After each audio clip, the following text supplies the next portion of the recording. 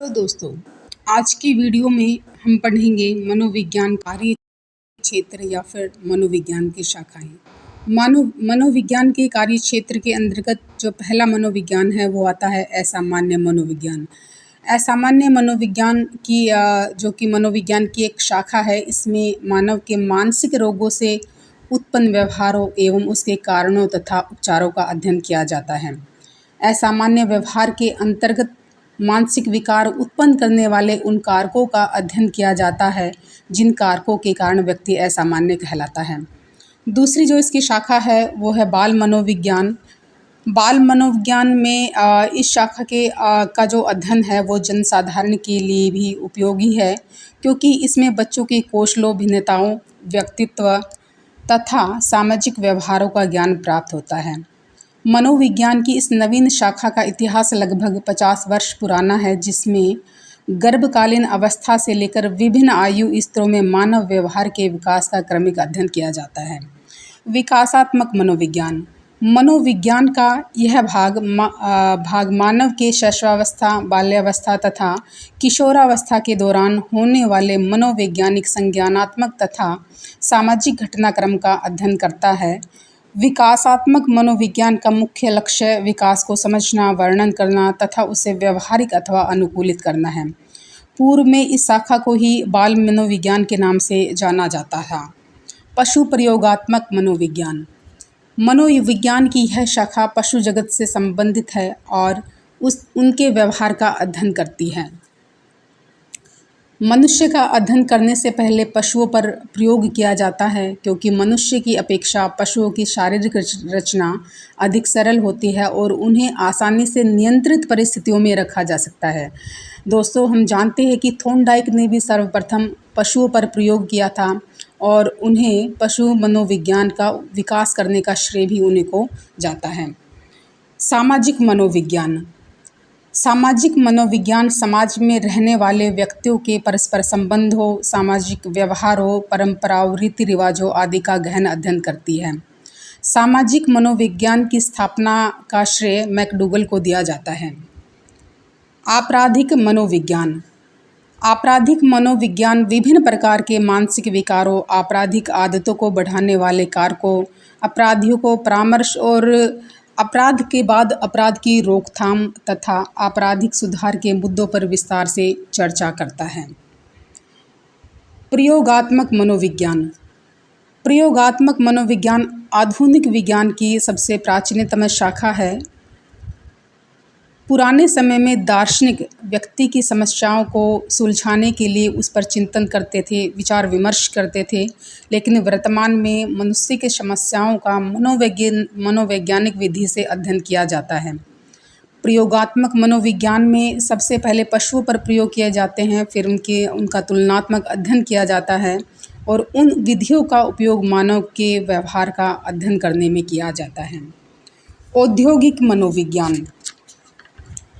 मनोविज्ञान की यह शाखा उद्योग से संबंधित है। इसमें औद्योगिक मनोविज्ञान उद्योग के मालिकों व उसमें कार्यरत कर्मचारियों के परस्पर संबंधों पर, कार्यस्थल का जो परिवेश होता है उससे तथा सामाजिक व्यवहार, मजदूरों की जो स्थिति है और उनके रहन सहन, उनके सामने आने वाली विभिन्न प्रकार की समस्याएं तथा उन समस्याओं का समाधान करने के लिए इस शाखा का प्रयोग किया जाता है। मनोमिति। मनोविज्ञान के अंतर्गत व्यक्ति की बौद्धिक, संवेगात्मक संरचनाएं, उनकी योग्यताएं, उनकी अभिवृत्तियां, रुचियां, पसंद नापसंद आदि का अध्ययन किया जाता है।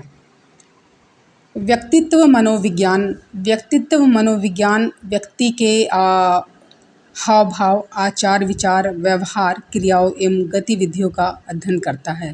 इसके अलावा इसमें हम अध्ययन करते हैं कि व्यक्तित्व क्या होता है, उसके कितने प्रकार होते हैं और व्यक्तित्व को प्रभावित करने वाले कौन कौन से कारक हैं। शैक्षिक मनोविज्ञान। शैक्षिक मनोविज्ञान की जो शाखा है उसमें शैक्षिक निष्पादन से संबंधित ये शाखा है और इसमें कक्षा में बालक की जो सीखने की जो प्रक्रिया है उसको कौन कौन से कारक प्रभावित करते हैं उसका अध्ययन किया जाता है। शिक्षा मनोविज्ञान शैक्षणिक परिस्थितियों का मनोवैज्ञानिक तरीके से अध्ययन करता है। व्यवहारिक मनोविज्ञान, इस विषय के अंतर्गत मनोविज्ञान के सैद्धांतिक पक्ष की व्यवहारिकता का अध्ययन किया जाता है। आजकल मनोवैज्ञानिक विशुद्ध मनोविज्ञान की अपेक्षा यह जानने का अधिक प्रयास करते हैं कि मनोविज्ञान का मानव कल्याण हेतु अधिक से अधिक प्रयोग कैसे किया जा सके। दोस्तों, जो शैक्षिक मनोविज्ञान है वो भी मनोविज्ञान की व्यवहारिक जो शाखा है उसी के अंतर्गत लिया जाता है इसको भी। और इसके बाद है व्यवहारिक मनोविज्ञान, व्यवहारिक नहीं, नैदानिक मनोविज्ञान। नैदानिक मनोविज्ञान जो है इसमें यह जो शाखा है नैदानिक मनोविज्ञान है शाखा मानसिक रोगों के लक्षणों, प्रकार, निदान, उपचार की विभिन्न विधियों का अध्ययन करती है। तो आजकल की जो भागदौड़ भरी ज़िंदगी है दोस्तों, उसमें मनुष्य के अंदर जो व्यक्ति है वो निराशा, मानसिक तनाव, असंतोष, संघर्षों आदि का अनुभव करता है जो कि उसके मानसिक स्वास्थ्य को प्रभावित करते हैं। तो इसके कारण व्यक्ति के अंदर सिजोफ्रेनिया, हिस्टीरिया जैसे मानसिक रोगों के लक्षण देखने को मिलते हैं। तो जो नैदानिक मनोविज्ञान है इसमें रोगों का लक्षण, कारण और उपाय यानी कि उपचार है उनका अध्ययन इसमें किया जाता है। परामर्श मनोविज्ञान में मनोवैज्ञानिकों द्वारा मानसिक दुश्चिंता, अवसाद की स्थिति में व्यक्ति की समस्याओं का उचित विधियों से अध्ययन कर मानसिक उपचार किया जाता है। इसके अलावा जो परामर्श मनोविज्ञान है वह व्यक्ति के विवाह एवं व्यवसाय के चयन से संबंधित समस्याओं में भी बहुत अधिक उपयोगी है। स्वास्थ्य मनोविज्ञान की यह शाखा व्यक्ति के दैहिक रोगों के प्रारंभिक लक्षणों का पता लगाने और उनके उपचारों का अध्ययन करती है। तो दोस्तों, ये था मनोविज्ञान की शाखाएं या फिर कार्य क्षेत्र। And thank you for watching my video.